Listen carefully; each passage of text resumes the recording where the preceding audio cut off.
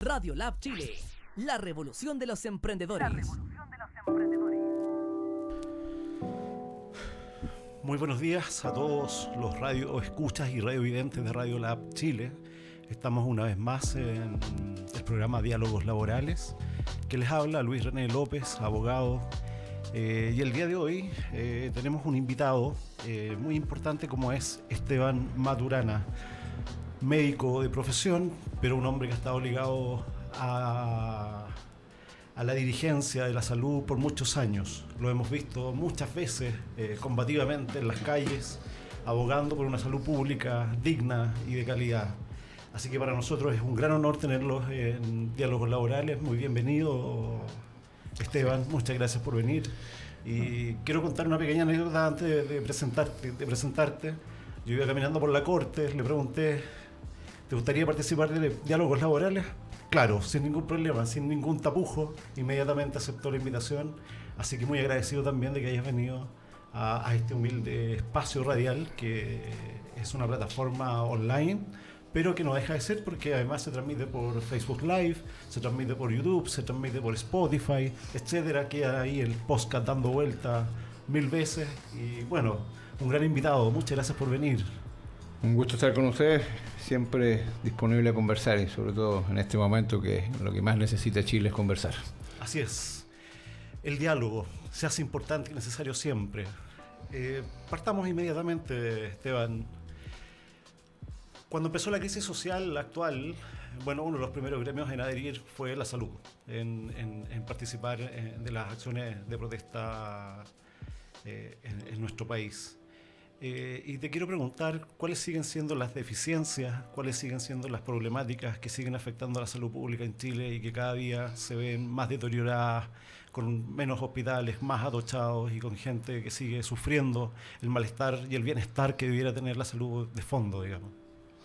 Bueno, tal vez contextualicemos un poco, ¿no? Yo soy un dirigente nacional de una organización que es la Confederación de Funcionarios de Salud Municipal, que es una organización que formalmente existe desde el año 1997 y que partió como organización de hecho, no de derecho, como una coordinadora de trabajadores de atención primaria municipalizados en el año 88 y fue producto de la municipalización que se hizo en la década de los 80 de los consultorios que antes dependían del Ministerio de Salud. Claro. A la gente nuestra de aquella época eso le significó pasar del estatuto administrativo público, de su condición de funcionarios públicos, a depender del Código del Trabajo con pérdida total de derechos. De los beneficios existentes para los funcionarios quedaron en públicos, condiciones ¿no? lamentables, lo que forzó la formación de sindicatos en algunas comunas de la metropolitana, en la quinta, en la octava región principalmente, que se unieron al poco rato en la demanda al Ministerio de Salud para solicitar el retorno de los consultorios a los servicios, al Ministerio, dadas las malas condiciones en que estamos. Eso no fructificó. El gobierno de Erwin tampoco, después de que salimos de la dictadura, el gobierno de Erwin tampoco fue capaz de respondernos en esa época con una respuesta que era la que nosotros esperábamos. Y tuvimos que darle después la pelea por un estatuto administrativo propio, que es el estatuto de atención primaria, que después a lo largo de los años nos hemos dado cuenta que fue el mejor camino que pudimos recorrer, porque es el mejor estatuto administrativo que hay en el país. Pero en sus orígenes nuestra organización, que hoy día tiene más de 40.000 socias y socios, estamos presentes en todo Chile, de Arica hasta Punta Arenas. Nuestra organización se ha planteado no solamente su objetivo mayor, que desde la lógica de los sindicales es defender los derechos del trabajo. Nuestra aspiración es trabajo decente, sino que además nuestra organización también está comprometida con la salud pública, porque nosotros entendemos que la salud es un derecho humano, y así está reconocido en la Carta de Derechos Humanos de Naciones Unidas.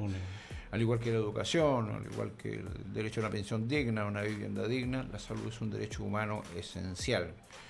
Y por supuesto que nos hemos hecho parte de una serie de luchas, peleas, batallas por ir mejorando sustantivamente la salud pública en nuestro país. Lamentablemente, el escenario en que hemos llevado adelante nuestras demandas y reivindicaciones y que explica lo que hoy día está ocurriendo es que sucesivos gobiernos de la concertación, nueva mayoría derecha, han seguido una política de asfixia sistemática al sistema público, asfixia sistemática de recursos. Ya en la dictadura el presupuesto hospitalario y el presupuesto de la salud pública en Chile en general fue llevado a niveles críticos. Del 3 y tantos % del Producto Interno Bruto que se aportaba en materia de aporte fiscal a la salud de los chilenos en la década de los 70, se pasó a un poco más del 1%. Esa fue la última, incluso, partida presupuestaria aprobada por el dictador. Y a la fecha no hemos logrado ni siquiera recuperar el aporte histórico a la salud. Uno podría explicarse que no se nos entreguen los recursos suficientes en un país que está en crisis, pero la verdad es que Chile no está en crisis. Desde el año 90 hasta nuestros días es un país que ha tenido un crecimiento exitoso en lo económico. Hoy día somos un país que tiene un per cápita de $25.000 por persona. Claro que la mayoría de los chilenos se preguntan dónde están mis $25.000, que nunca los veo. Justamente. Porque la distribución de la riqueza es de las más injustas del planeta. Esteban, ¿y por qué crees tú que efectivamente, siendo un país que efectivamente tiene estas cifras, ¿por qué se deja de lado un derecho tan esencial como la salud pública? De lado, digamos, por parte de las autoridades. Nosotros tenemos claro. ¿Será un no hacer o será que va esto apuntando directamente a la privatización de todo? Es mucho más simple, esto tú lo has dicho. Mira, en Chile lo que ocurrió durante la dictadura es que se impuso un modelo. Claro. Que se denominaron por el Banco Mundial y el Fondo Monetario las políticas de ajuste estructural de las economías del mundo. Entonces pasamos del Estado keynesiano, responsable de la salud y la educación, al Estado docente asistencial típico de los años 50, 60, 70, de los gobiernos de Guirrecer en adelante, gobiernos radicales, que nos llevaron a una situación muy positiva como país en materia de salud, de educación, de cultura, etcétera, y también una economía que estaba empezando a institucionalizarse y todo aquello. Eso de golpe y porrazo fue borrado del mapa del país mediante una dictadura muy dura, una de las más feroces de América Latina, para imponer precisamente esta política de ajuste estructural que nos llevó a ser un país con un modelo de economía denominado neoliberal. Salvaje, además, depredador, extractivista, que no solamente ha depredado los recursos naturales y se los ha entregado además a las transnacionales, sino que además ha hecho pedazos del medio ambiente. Hoy día tenemos incluso que vivir en un país con la vergüenza de tener zonas de sacrificio. O sea, para que algunos se enriquezcan, hay gente que tiene que vivir en comunas en que las condiciones de vida son deplorables por la pobreza que impera, pero además sometidos a contaminantes ambientales que generan cánceres, graves problemas respiratorios, problemas en la piel. El caso de Quintero Puchuncaví, caso de Antofagasta, aquí cerca en región metropolitana tenemos Tiltil, donde están los vertederos y además pretenden llevar más desechos tóxicos hacia esta zona. Y en esta lógica de este modelo que le asigna al Estado un rol subsidiario, lo que se señala acá es que cada quien tiene que rascarse con sus uñas. Es decir, aquí estamos en la economía del libre mercado, aquí todos participamos del juego del mercado y cada quien tendrá que buscar la manera de resolver sus problemas. Y si usted, no es hábil para competir, no es emprendedor, no es exitoso en esta materia, el Estado le va a dar salud y le va a dar la educación, pero como usted es muy rasca, le vamos a dar lo rasca. Entonces, ha ocurrido precisamente eso, se ha mantenido un sistema público de salud sin recursos, pero además también se ha generado algo más grave todavía, y esto Ricardo Lagos, Michelle Bachelet, dos socialistas, un demócrata cristiano como Frey y otro demócrata cristiano como Elwin, humanistas cristianos según ellos, mantuvieron al sistema que está a cargo de la salud del 80% de la población, de los 16 millones de habitantes del país más pobres, los más enfermos, con un sistema público sin recursos, con falta de personal, problemas de infraestructura, problemas de insumos esenciales, y eso explica las tremendas listas de espera, que eso nos muera gente en listas de espera y que la gente se sienta completamente insatisfecha porque tiene que hacer cola en los consultorios, los medicamentos los más caros del mundo, porque ese es otro negocio exprofeso planteado por el gobierno, que no fue capaz ni siquiera de castigar la colusión que fue evidente en todo el país de las farmacias, que significó miles de millones, etcétera, etcétera. Entonces, en este escenario uno tiene súper claro cuál es el tema acá. En Chile tenemos sucesivos gobiernos de derecha y de izquierda, entre comillas, ¿verdad?, que han mantenido esta política para generar el traspaso sistemático de recursos públicos al sector privado. El actual ministro de Salud era gerente de Las Condes, y en Las Condes, esa clínica Las Condes en su primera gestión recibió miles de millones de pesos. ¿Por qué? porque al sector público no nos dan los recursos para hacer las cosas que tenemos que hacer. Y la ley nos obliga a que si no podemos hacer las cosas, tenemos que ir a comprar al sector privado. Entonces, cada año en el presupuesto se nos entrega un presupuesto insuficiente, pero además en ese mismo presupuesto se destinan más de $1.000 billones cada año para comprar prestaciones en lo privado. Eso es una política derechamente privatizadora. Ustedes le preguntan a Michelle Bachelet, se va a enojar, se va a poner furiosa, le pregunta a Lago soberbio, autoritario como es, le va a decir, no, ¿cómo se te ocurre, hombre, por favor, yo soy socialista y creo en la salud pública? La verdad es que Lago fue el inventor del auge, igual que inventó el CAE, igual que inventó las concesiones hospitalarias, igual que fue el genio que alargó la expectativa de vida de los chilenos para las pensiones de 90 a 110 años. No hay personaje en la política desde los años 90 hasta nuestros días más nefasto para el pueblo de Chile que Ricardo Lagos Escobar. Bueno, buen día, ¿no? Hola, ¿qué tal? ¿Cómo Les pido disculpas Se nos por suma la Ignacio palabra. Facuse acá. Estoy súper de acuerdo. Parece que el punto está justamente en el rol subsidiario que hoy en día tiene, ¿no es cierto?, el Estado en razón de los ciudadanos o de los habitantes de la nación, y no la solidaridad en el fondo. Y por eso también es que se reclama mucho el cambio de constitución como cuerpo completo y no hacer reformas, porque si se hiciera reforma exclusivamente estaríamos atacando puntos muy particulares de la constitución, pero a nivel orgánico mantendríamos también este mismo tipo de sistema, ¿no? Conservaríamos en el fondo la subsidiariedad, y a través del tiempo los problemas de mañana tal vez serían otros, pero con la misma dinámica. O sea, podríamos pasar por varias crisis, ¿no es cierto?, en el tiempo en razón de esta misma dinámica. La privatización de la salud está, a mi parecer, justamente asociada a la subsidiariedad. Esto de tener a trabajadores, tener en general a la población con una baja calidad, ¿no es cierto?, de servicios de salud, y tener que inyectarle fondos públicos al mundo privado para tener que cubrir o, comillas, subsidiar, ¿no es cierto?, lo que no se puede otorgar por medio de la salud pública, parece una broma, porque inicialmente podríamos entender de que se justificaría, ¿no es cierto? La explicación es, mire, usted no puede ser atendido porque la salud pública hoy no tiene cobertura para todos. Hoy día yo no lo puedo atender, pero como Estado y como mi rol, ¿no es cierto?, subsidiario me lo permite, voy a igual hacer el esfuerzo para que usted se atienda en una institución privada. Mire que soy bueno, va a tener igual atención. El punto está en que cuando le preguntas al Estado por qué entonces no inyecta dinero o fondos, ¿no es cierto?, al servicio de salud público, dices porque no hay plata. Sin embargo, miles de millones todos los años van derivados al mundo privado. Entonces, ahí hay un negocio bien turbio en el fondo, y la subsidiariedad permite justamente llevar a cabo este negocio. Sí, en el fondo es eso, porque ¿cómo vas a entender que no hay plata para insumos, que se estén reutilizando guantes, cuando año a año se destina un montón de dinero a el mundo privado para, comillas, subsidiar lo que el mundo público, la salud pública, no puede cubrir? Si el dinero está. Lo que pasa es que es una inyección permanente a entidades privadas por medio de fondos públicos la que se da, y llevas con esto, ¿no es cierto?, a una precariedad en el servicio de la salud pública. Pero fíjate, Esteban, no solamente en el servicio de la salud pública, sino también en la calidad del funcionario público de la salud. La calidad precaria, la condición precaria, que se tengan que realizar turnos maratónicos para obtener un ingreso medianamente aceptable. No sé cómo ven eso ustedes desde el punto de vista de Confusam.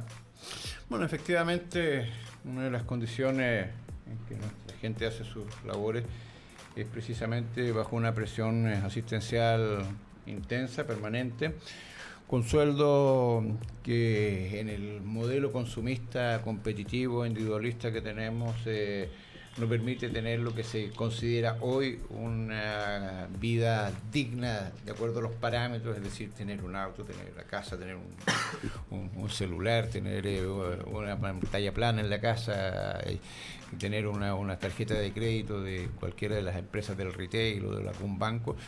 Eso fuerza, digamos, a la gente a estas jornadas de trabajo extenuantes para obtener un sueldo que le permita ir compensando el nivel de endeudamiento que tiene el pueblo de Chile. Chile es uno de los países que tiene una de las familias más endeudadas con la banca y con el retail en el mundo, comprometido más del 50% del salario para pagar las deudas que uno va contrayendo para tener un cierto estándar de vida. Pues la verdad es que lo que ocurre en salud es un tema que cruza al conjunto de las responsabilidades que tiene el Estado en materia de salud, en materia de educación, en materia de vivienda, en materia de trabajo y en materia de pensiones, que decirlo. En materia de pensiones refleja con claridad la perversión del modelo. ¿Qué fue lo que ocurrió cuando se pasó de la lógica del reparto antiguo de las cajas al modelo de capitalización individual? Se crea un impuesto al trabajo, forzoso. O sea, todos estamos obligados, a pesar de que ellos son los líderes de la libre elección. Claro. Uno puede ir a una escuela pública, a una escuela privada, una salud pública, una salud privada, pero en pensiones no. Uno está obligado a poner su fondo mensual, su aporte mensual en una administradora de fondos de pensiones, que se supone que, según José Piñera, nos iba a entregar el 100% de nuestra remuneración en activo el 2020, el 2021, si no me equivoco. Y con una gran desigualdad. La verdad, también. Perdón, con una gran desigualdad también entre las Fuerzas Armadas y no, las Fuerzas Armadas mantuvieron, Pinochet atinó con mucha claridad, dijo, claro, eso se lo entregan al perraje, porque a mí muchachos no me los tocan. Entonces se impuso este modelo de capitalización individual que tuvo por objetivo crear un fondo de capitales para financiar el funcionamiento de las grandes empresas chilenas y transnacionales. Hoy en día esas administradoras de fondos de pensiones partieron varias, dieron 15 o 20, si mal no recuerdo. Hoy día están concentrados 4, porque esa es la lógica del mercado, del libre mercado, la concentración y no la distribución. Y sí, tenemos 4 grandes en manos de empresas extranjeras que acumulan más de 200.000 millones de dólares hoy. Más de 200.000 millones de dólares. El casi Producto Interno Bruto chileno lo administran estas 4 administradoras de fondos de pensiones, que generan utilidades cuantiosísimas. Acaba de salir el reporte de utilidades de las AFP, cifras estratosféricas, mientras están entregándole a la inmensa mayoría de los ciudadanos que se jubilan pensiones miserables, que ni siquiera dan para el ingreso mínimo en muchos casos, y fuerzan esto de la pensión básica solidaria, claro, subsidiariedad, lógicamente. Sí, subsidiariedad, en realidad. Aquí, no es solidaridad. En realidad se implementó un modelo capitalista, neoliberal, salvaje, depredador, que ha permitido que unos pocos, 12 familias chilenas tengan una cuarta parte de toda la riqueza nacional contra la pobreza de millones. Esa es la lógica de este modelo en el que estamos inmersos. Y por eso estamos viendo lo que estamos viendo. O sea, esto partió con los estudiantes evadiendo porque se alzó la tarifa del metro en 30 pesos. Y los estudiantes, que no pagan en su inmensa mayoría, salieron a protestar porque para las familias de ellos pagar 30 pesos más por cada billete de metro les significa una reducción de su capacidad de pago, claro, importante a los sueldos que tiene la inmensa mayoría de los chilenos. Y ellos salieron precisamente a esta dinámica de evadir, no pagar. Otra forma de luchar, el gobierno respondió de la manera más burda, absurda y brutal, mediante el uso de la represión. O sea, esas imágenes de carabineros usando gases lacrimógenos al interior de carros de metro, en donde hay cabros jóvenes, gente, niños, adultos, ancianos, etcétera, fue una locura que desató finalmente esta explosión social sin precedentes en la historia de nuestro país, que ha permitido ver esas gigantescas manifestaciones de millones de chilenas y chilenos. Ayer aquí teníamos muy cerca millones de ciudadanos metidos en las calles de Chile con una imagen maravillosa en la noche cuando se encendieron todos los celulares. Fue emocionante todo aquello. Y frente a esta explosión ciudadana en la que quedó muy claro lo que la gente decía: oye, no son los 30 pesos, son 30 años de abuso, de corrupción, de autoritarismo, de prepotencia, de engaños, mentiras y frustraciones. Clase política corrupta, gobiernos corruptos, partidos corruptos, fuerzas armadas corruptas, iglesias corruptas, católicas y evangélicas. Entonces, frente a eso, se desató la indignación. Entonces uno ve a la gente de altos ingresos reclamando porque se rompen cosas y qué sé yo, y todo lo demás. Uno, por supuesto, nadie va a estar de acuerdo con la violencia, pero ¿qué más violento el modelo en que estamos inmersos? ¿Qué más violento que el que una persona de la pobla se robe una gallina y se vaya 10, 15 años preso, y que un general o un empresario que defrauda al Estado en miles de millones no pasa ni un solo día en la casa. Justicia para ricos, justicia para pobres. Ese es el detonante que explica esta inmensa movilización, sí, que por supuesto no se resuelve con aspirina. Eso que la derecha está pretendiendo resolver con aspirina el cáncer del neoliberalismo, que no se resuelve sino con una cirugía radical para extirpar el cáncer del neoliberalismo en Chile, para imponer una sociedad más justa, y la gente hoy día lo que está exigiendo es precisamente eso, una asamblea constituyente. Necesitamos que Chile tenga una constitución política que emane de la soberanía del pueblo, de la soberanía popular, del soberano. Donde recae, ¿no? Claro, y con asamblea constituyente. No queremos otro Jaime Guzmán, no queremos otro genio redactando una constitución entre gallos y medianoche, porque tendríamos el mismo problema de aquí a 10 años más. Sí, efectivamente, la idea de la asamblea constituyente es justamente escuchar a todos los actores que conforman la sociedad para que se haga un real pacto. El pacto social, que es lo que se viene manifestando, ¿no es cierto?, por parte del movimiento. Y desde ese punto de vista pareciese que fuese lento, vamos a pasar por un periodo de transición, no es fácil, es complejo el proceso que debiese experimentar el desarrollo de una asamblea constituyente, pero en el tiempo debiese ser el que correctamente se afianza dentro de la sociedad, porque vamos así poder determinar cuáles son los fines, o sea, qué es lo que queremos dentro de la sociedad realmente. Y vamos a poder actuar y opinar y determinar y decidir cómo es eso, y los medios para poder llegar a aquello.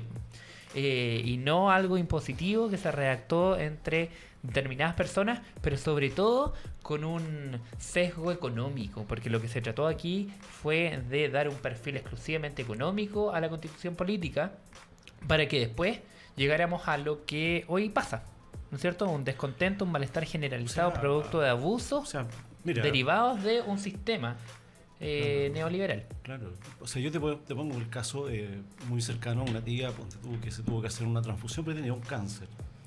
Ella se atendió en el sistema público siempre, fue exonerada política también, en su época trabajó en la Universidad de Chile también como técnico paramédico. Cuando sufrió su cáncer, el hospital del cáncer ve el cáncer propiamente tal, pero ella tenía que hacerse unas transfusiones porque le bajó una anemia profunda, digamos, aguda, y la mandan al hospital San José, al frente. Me dicen, vaya nomás con esto y la van a atender inmediatamente, no va a haber ningún problema, etcétera. Fuimos inmediatamente, tal cual como nos indicó el doctor, y el doctor nos dijo, no, vengan mañana temprano, tipo 8, en el cambio de turno, porque ahí podemos ingresarla, le vamos a hacer unos exámenes y ahí la podemos tener, para poder hacerle la transfusión. Yo no había entrado al hospital San José desde que era bastante chico, había tenido una contusión, qué sé yo, y me di cuenta que la gente de la urgencia estaba sentada en una silla. La gente que iba ingresando estaba toda sentada en una silla con una trila acá, ¿no es cierto?, donde le ponían un suerito y le iban haciendo unos exámenes de rigor con un puro médico para mucha gente y mucha población. Entramos a las 7:30 de la mañana y salimos a las 10 de la noche para 2 bolsas de sangre. Sí. Mi tía falleció, mi tía murió hace muy poco. Pero el dolor que uno siente de no solamente ver a mi tía, sino ver a ancianos, a niños que están en situaciones ahí muy precarias, esperando que sus padres puedan salir del hospital, se torna una tristeza y un dolor muy profundo para las familias que viven ahí, a veces esperando una solución que puede ser tan inmediata o rápida. En esta contingencia social, yo creo que es producto de esto mismo, porque parece una vergüenza, siempre lo he dicho, lo he recalcado también acá en el programa, el trato que recibe la población en general, la gente que no tiene acceso a una salud privada, el trato que existe en la salud pública. Y yo sé que no es por la gente se desvive, yo sé que la gente que trabaja ahí es muy profesional y trata de hacerlo lo mejor posible, pero la demanda, la cantidad de horas de espera, la cantidad de horas para ser atendido, para que te puedan hacer un examen de sangre, es muy demoroso. Y eso te conlleva rabia y al final uno sale impotente. Y uno dice, ¿cuándo va a parar esta cuestión? Yo hablé con un dirigente ese mismo día que estábamos poniendo unos afiches porque iban a ir a promover una marcha que se iba a iniciar de la salud este año, a principio de año. Y bueno, él me comentaba, me decía, bueno, a ver, ¿quién es tu tía? Me dijo. Ella es mi tía. Déjame ver si puedo apurar un poquito los exámenes arriba para poder ayudarte, porque de verdad ella no estaba bien, digamos, ella necesitaba una cama, necesitaba una silla. Bueno, en fin, en definitiva, uno lo que ve es que efectivamente hay salud para ricos, salud para pobres, pero el acceso a la salud, a pesar de que la Constitución política te lo garantiza, es una salud desigual, es una salud para ISAPRE y una salud para FONASA, desigual absoluta, sin acceso, sin posibilidades, limitada con sus recursos económicos y recursos humanos también.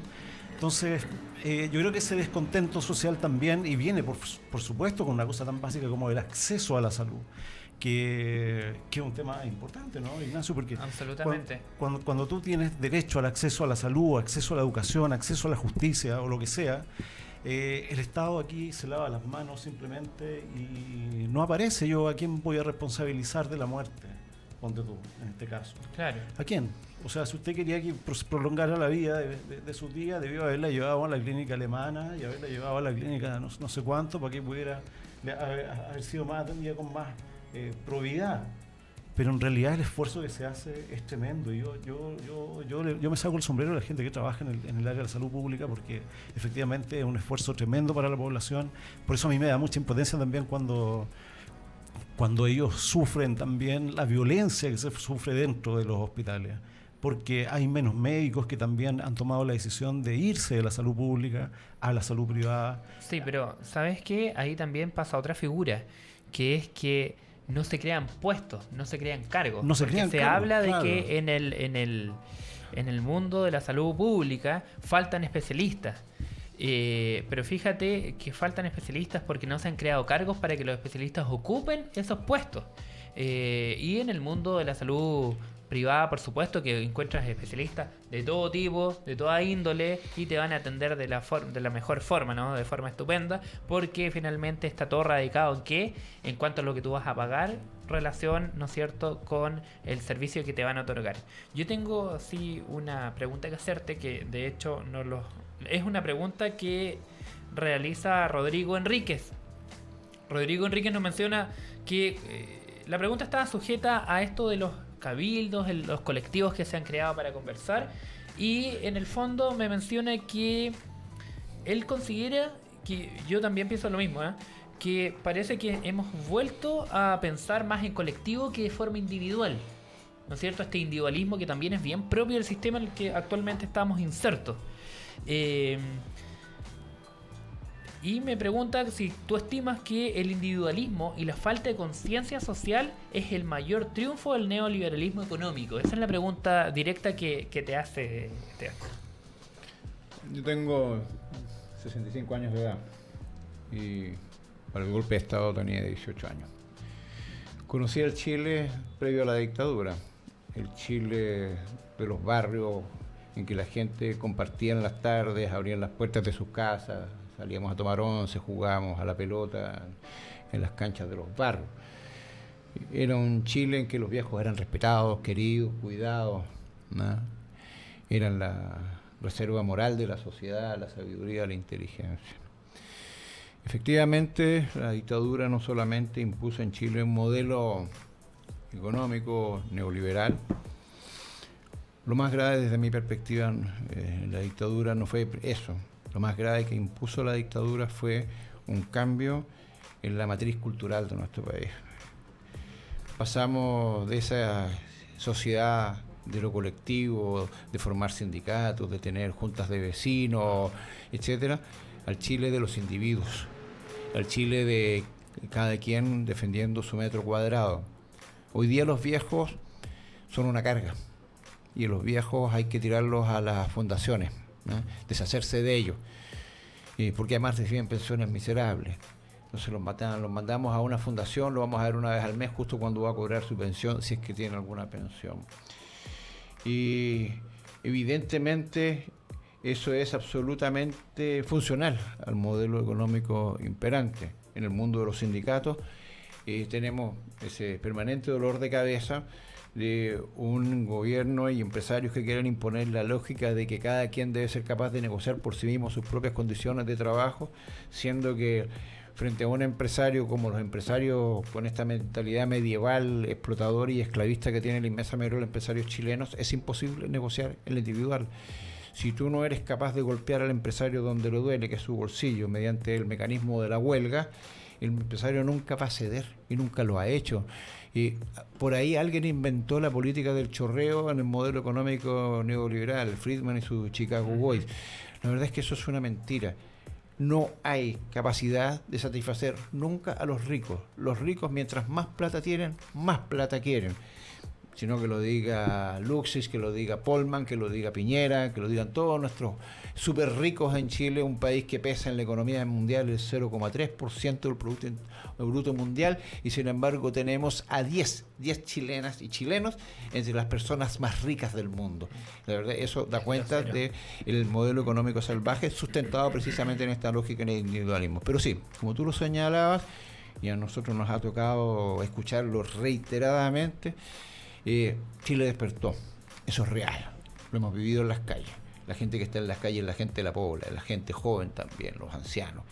Y la gente hoy día tiene claro que tenemos que recuperar el sentido de lo colectivo, el sentido de lo comunitario, el sentido de la organización, que no es posible pretender que cada uno pueda enfrentar al modelo depredador salvaje en el que estamos inmersos, simplemente cada uno defendiendo su propio metro cuadrado, y que tenemos que ser capaces de sumar una fuerza social y política capaz de derribar este modelo. Eso es lo que está en juego hoy día. Probablemente no lo vamos a lograr de aquí a una semana, 2 semanas, 3 semanas. No tenemos certeza de cuánto va a durar esta movilización social sin precedentes en la historia, en la que nadie puede decir yo soy el conductor de esto, porque este es un movimiento que tiene un carácter inorgánico importantísimo.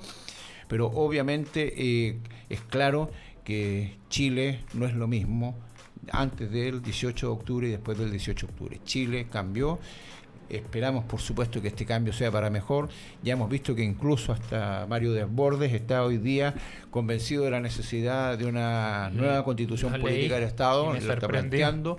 Hemos visto que la agrupación de los alcaldes de la Asociación Chilena de Municipios va a hacer una consulta ciudadana para ver si la gente quiere o no quiere una nueva constitución. En definitiva, hemos cambiado el país. En el Parlamento hemos visto a los parlamentarios que ya están disponibles a modificar el tema tributario, que rechazaron el proyecto de Sala Comuna Universal. Esperemos que rechacen el TPP-11, que es otra lacra que se impone en nuestro país. Esperamos también que se apruebe la jornada de las 40 horas. Esperamos que, en definitiva, la reforma tributaria signifique de verdad gravar a las grandes fortunas en el país y no a la clase media, que es lo que algunos andan pretendiendo por ahí. Chile necesita un modelo tributario de carácter progresivo para que el Estado cuente con el músculo suficiente, los recursos necesarios para poder enfrentar las demandas de la inmensa mayoría de los ciudadanos que por sus propios medios no están en condiciones de resolver sus demandas esenciales en salud, educación, vivienda, trabajo, pensiones.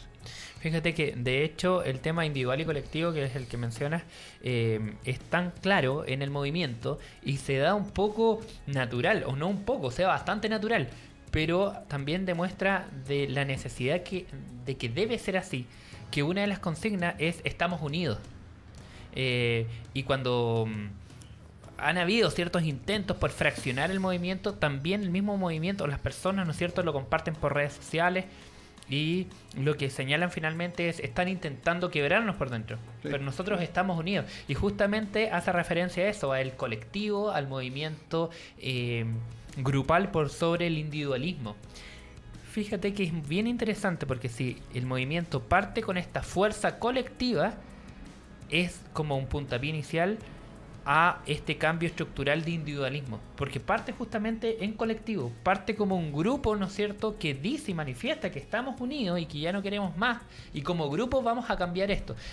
Espontáneamente se han empezado a dar estos pequeños cabildos donde existe conversación, tal vez lo que tú mencionabas antes del gobierno militar, conversación tal vez en plazas o en las tardes, ¿no es cierto?, la gente cuando dispone de su tiempo, poder compartir con los demás y conversar cuáles son sus inquietudes, sus necesidades.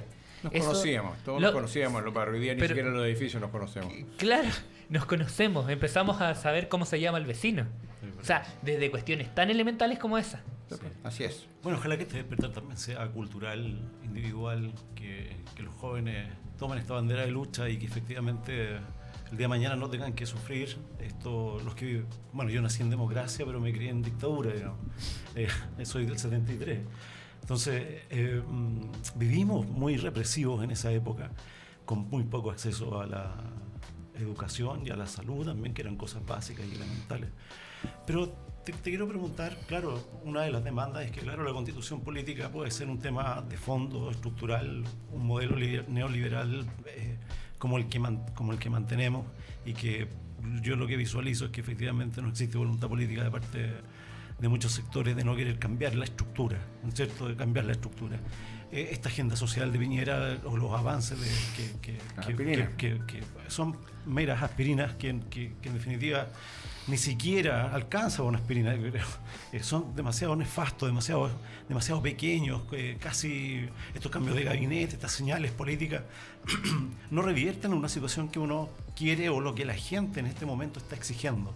La gente en este momento está exigiendo cambios estructurales, cambios de fondo, profundos. Y es ahí donde yo creo que, claro, las cosas más prioritarias, como son las desigualdades más profundas, como el acceso a la salud, a la educación, que estas brechas de pensiones también que existen, que vienen del plan Piñera en adelante, en el Código del Trabajo en adelante, puedan tener ciertos canales de avance social. Hoy día pareciera que hablar de reducción de 40 horas, por ejemplo, que era lo que tú mencionabas, mucha gente sale inmediatamente criticando que esto va a traer desempleo, carestía, que vamos a volver. Y la amenaza constante del empresariado. El Mercurio y la Tercera, todos el poder económico, publicitario, claro, que existe de fondo. Pero claro, tú como dirigente de la Confusan están se viene el paro del 22, comprendo que es un paro nacional. La huelga del 12 de noviembre. 12 de noviembre. 12 de noviembre. Ojo ahí. El 12 de noviembre es un llamado a todos los servicios públicos, ¿no?, en general. Servicios públicos, pero sobre todo los sectores productivos, porque hay que golpear al poder donde le duele. Como una huelga. Como la huelga. Es que eso es la huelga. Una huelga. La huelga es no producir. Exactamente. Ni bienes ni servicios. Van dirigidos a eso. Mira, tengo otra pregunta de Óscar Lozano.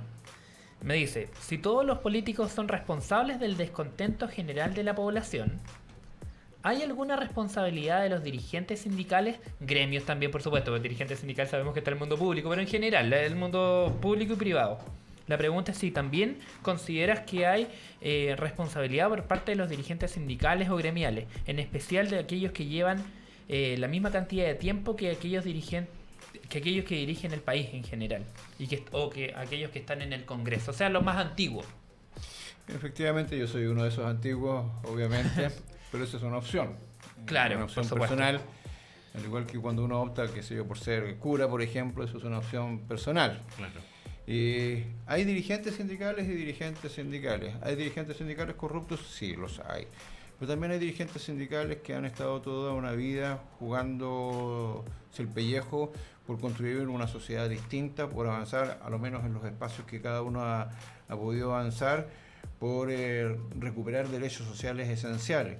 En el caso en particular de nuestra organización, tenemos varios dirigentes que tenemos toda una historia de trabajo en la organización y que no hemos estado solamente en la construcción de mejores sueldos para nuestra gente, sino que una de nuestras luchas permanentes y sistemáticas ha sido por lo que tiene que ver con una salud pública que esté en las condiciones de atender a la gente que tiene que atender de la manera como debe atenderse, con dignidad, pelear por recursos. Pero no solamente somos partidarios de la salud pública como un derecho garantizado por el Estado, también creemos en la educación como una herramienta fundamental para construir una sociedad, creemos en la democracia. Chile no hay democracia, creemos en la justicia. Chile no tiene hoy en día un sistema justo de justicia. La justicia chilena no es ciega, eso es mentira. La justicia es muy clara hacia quién tiene que apuntar los dardos y con quién tiene que ser más cariñosa, y lo hemos visto en la práctica concreta, y de hecho juristas reputados han señalado precisamente esto. Hemos escuchado escuchado más de alguna vez a Carlos Gajardo, por ejemplo, hablar sobre este modelo de justicia desigual, justicia para ricos y justicia para pobres. Pero por supuesto el movimiento sindical tiene también sus responsabilidades, porque no hemos tenido la capacidad de articular una fuerza mayor, porque es un movimiento que está fragmentado, porque efectivamente la corrupción también existe al interior del movimiento sindical y asumimos nuestras responsabilidades. Pero creemos, por supuesto, que los sindicatos son un espacio fundamental en la sociedad. A propósito de estos días en que en distintas instancias se ha criticado mucho el sindicalismo, miren, para poder avanzar en la construcción de un país más justo, Chile necesita organizarse. Todo país necesitamos organizarnos. Para conseguir la jornada de 8 horas, los sindicatos tuvieron que dar una pelea de décadas, tuvieron que morir dirigentes sindicales y trabajadores para lograrlo. ¿Qué decir de la historia de Santa María de Iquique? ¿Qué decir de todas las matanzas que han ocurrido en Chile, Ranquil, etcétera?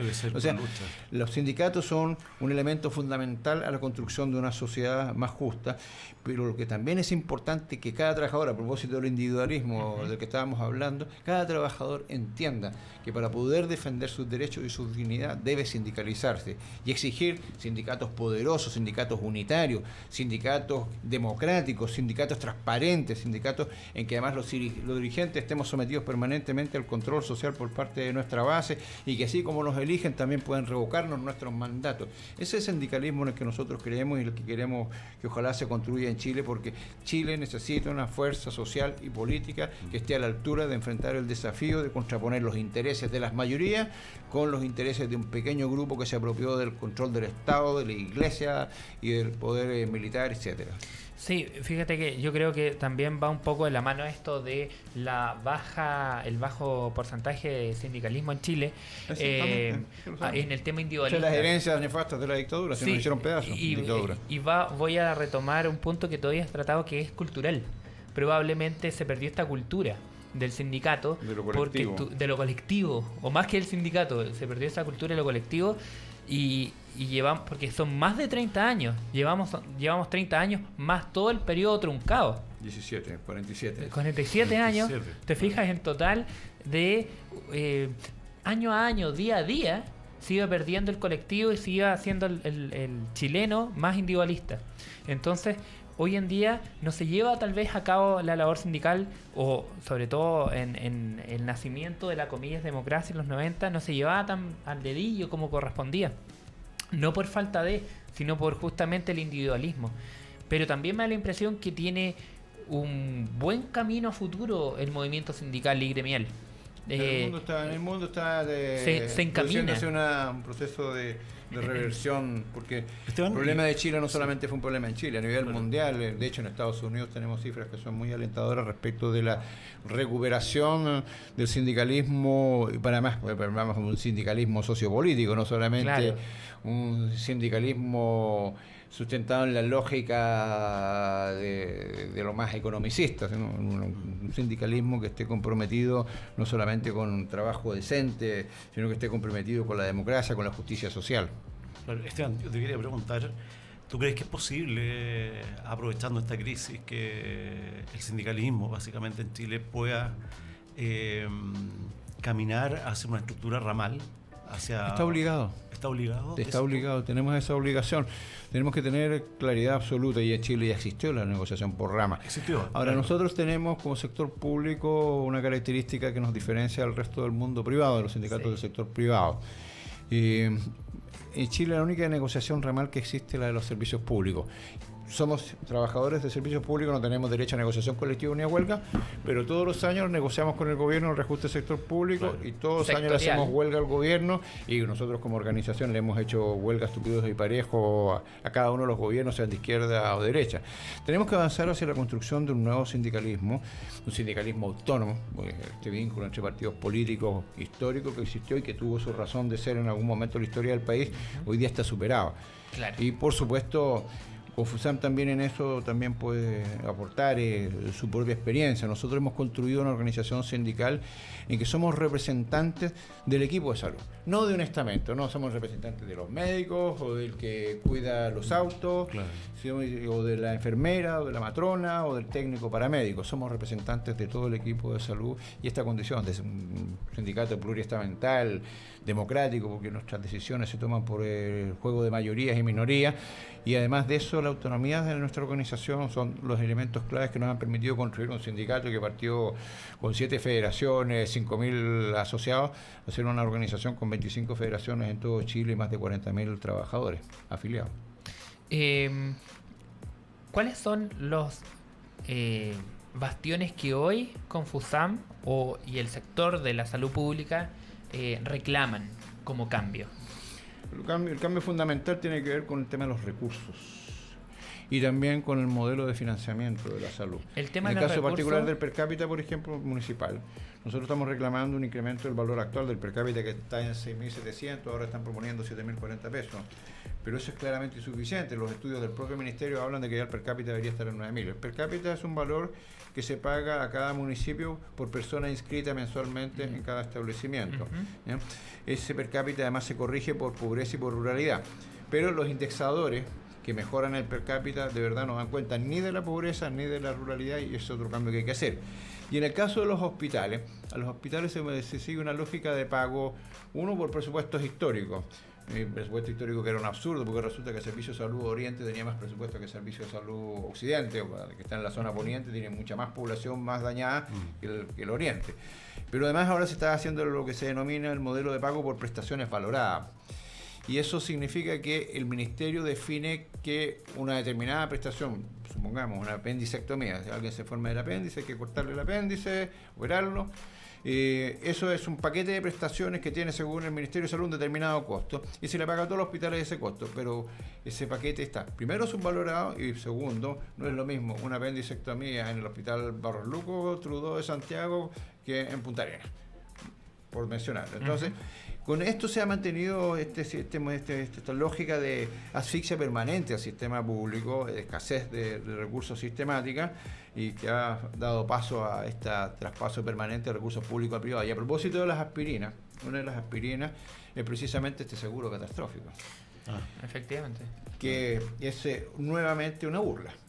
Porque ¿qué es lo que se pretende acá? Traspasarle a los privados, a los seguros privados, 235.000 millones de pesos, ya se lo sinceró el director de FONASA, para que se cubran determinados problemas de salud denominados catastróficos porque son muy caros, pero con una cobertura que parte a partir del 1.000.000 y tantos de pesos. La pregunta es cuántas chilenas y chilenos cuentan con 1.000.000 y tantos de pesos para poder cubrir esa parte que no está cubierta por el seguro. Es decir, claro, la lógica de los Chicago Boys, de la cual está impregnada el actual gobierno, que es un gobierno de empresarios.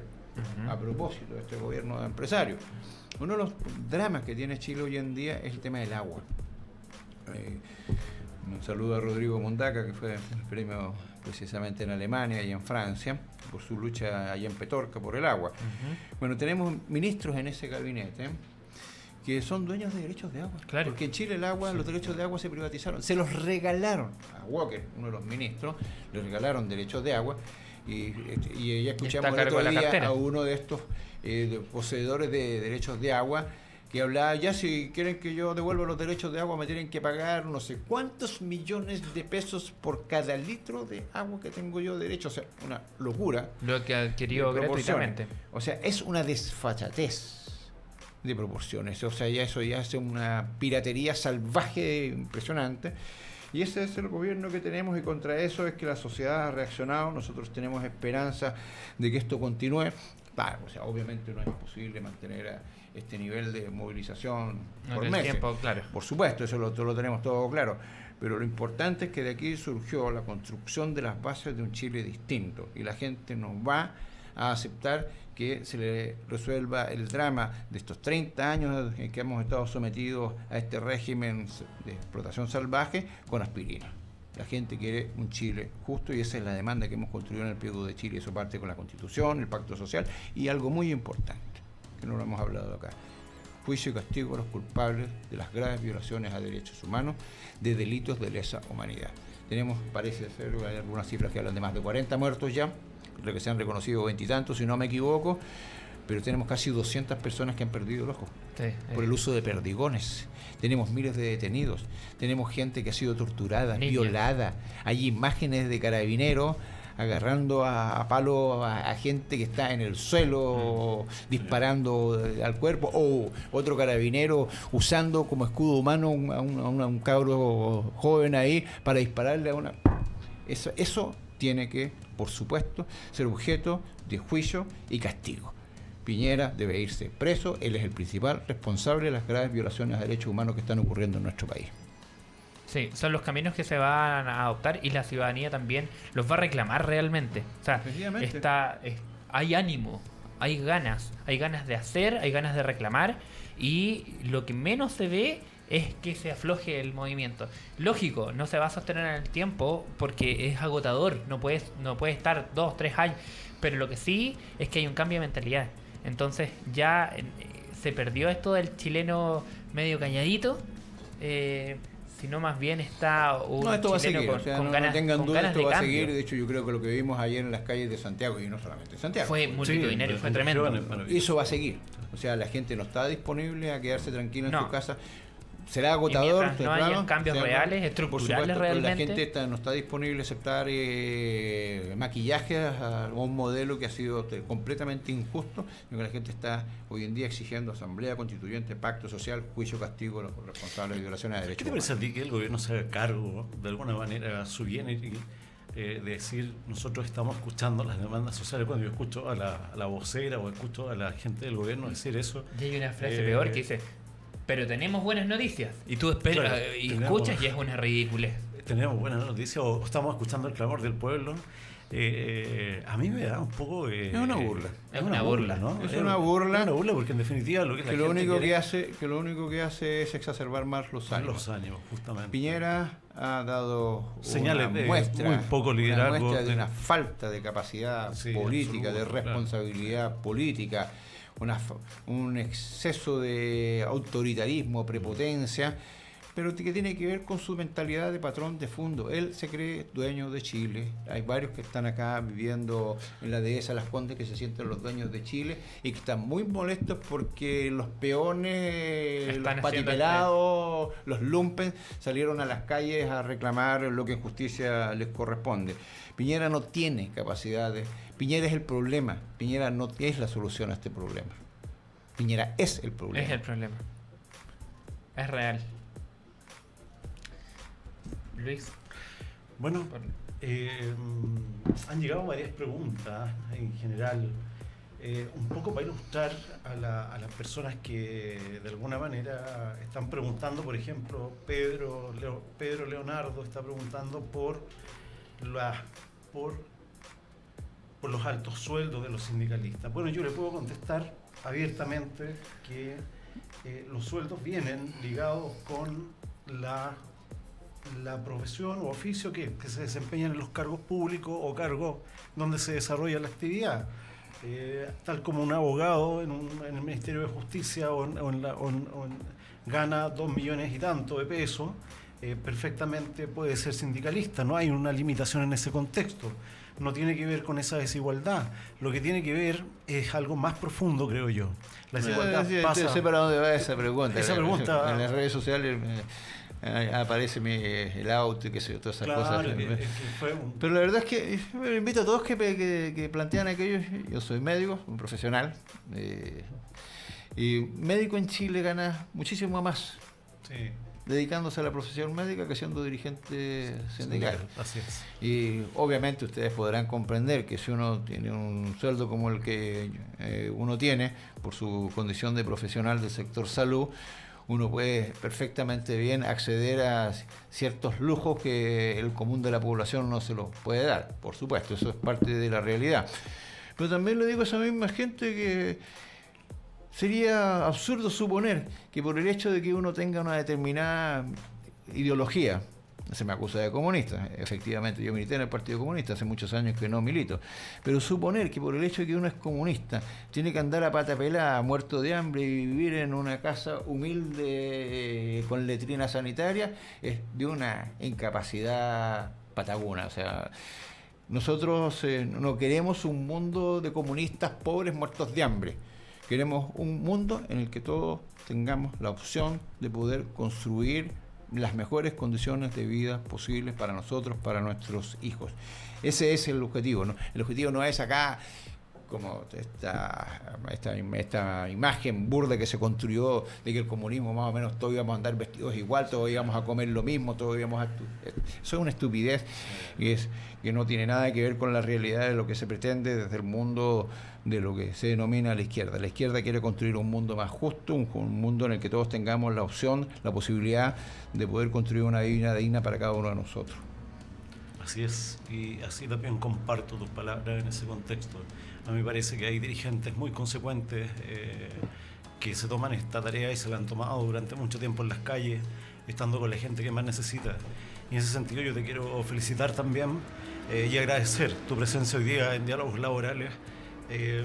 Ha sido muy entretenido, mucha gente ha participado el día de hoy, ha sido muy visto también el programa. Así es que muy agradecido de que hayas venido aquí a compartir con nosotros realmente, y a conversar respecto a lo que estamos viviendo como sociedad y esta crisis social que esperamos que de alguna manera traiga consecuencias efectivas para la gente que más necesita. Y eso es lo que uno espera, que las pensiones se aumenten para las personas, los adultos mayores, para que haya un mejor acceso a la salud, para que la salud sea digna y la gente pueda tener un acceso tal cual como lo tiene el que tiene el acceso a poder pagar por esta salud. Ojalá también el sindicalismo pueda tener una condición ramal, se pueda fortalecer y que los dirigentes también asuman un compromiso en el contexto de poder aglomerar y dar señales de una convivencia comunitaria, una convivencia de diálogo, una convivencia en definitiva para ayudar a los trabajadores de nuestra patria. Así es que muchas gracias por venir, Esteban, muy amable por tu gentileza. De verdad, lo dije al principio del programa, yo iba caminando, nos encontramos y le dije, ¿quieres ir a nuestro programa? Y me dijo, con todo gusto, voy. Me pasó su teléfono y aquí está presente. Así es que muy agradecido, sí, muy Esteban Maturana, de tenerte, porque además los que hemos visto, te hemos visto pelear en la televisión, pelear en las calles, es solamente una mancha muy pequeña de lo que eres tú como dirigente. Así es que muy agradecido de tener una persona sobre de tu altura. Y de tu altura, de trayectoria. Además, y de conocimiento, por supuesto. De conocimiento y representando un sector que es uno de los que está más bajos y más precarios en Chile. Así, muy sensible, con muchos profesionales que están a honorario, trabajando en el sistema de salud municipal, muy precaria. Ahora, junto con agradecerles que nos hayan invitado y, por supuesto, siempre disponible, porque a Chile le hace falta mucho conversar, mucho. Y invitar a la gente a que no suelte la calle. Eso es súper importante para nosotros. Tenemos claro que estamos en un momento crítico de la historia de nuestro país. Lo que está ocurriendo en Chile tiene ribetes históricos, no lo duden, y todos estamos siendo protagonistas de la construcción de una patria nueva. Y en ese escenario no podemos hoy día soltar las calles, más allá de estos ofertones, no solamente el gobierno, porque algunos en la oposición, entre comillas, también están haciendo algunos ofertones por ahí con la intención de bajar los ánimos de la gente, pero la verdad es que mientras no tengamos lo fundamental, que es la Asamblea Constituyente, Pacto Social y el juicio y castigo de los culpables de graves violaciones a derechos humanos, no podemos soltar la calle. Así que nos vemos lunes, martes, miércoles, jueves y viernes en las calles. Están todos invitados. Gracias a ti. Muy amable. Eso. Un gusto.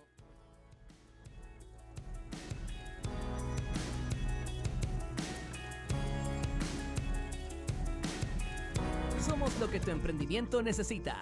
Un shot de motivación en Radio Lab Chile, la radio de los emprendedores.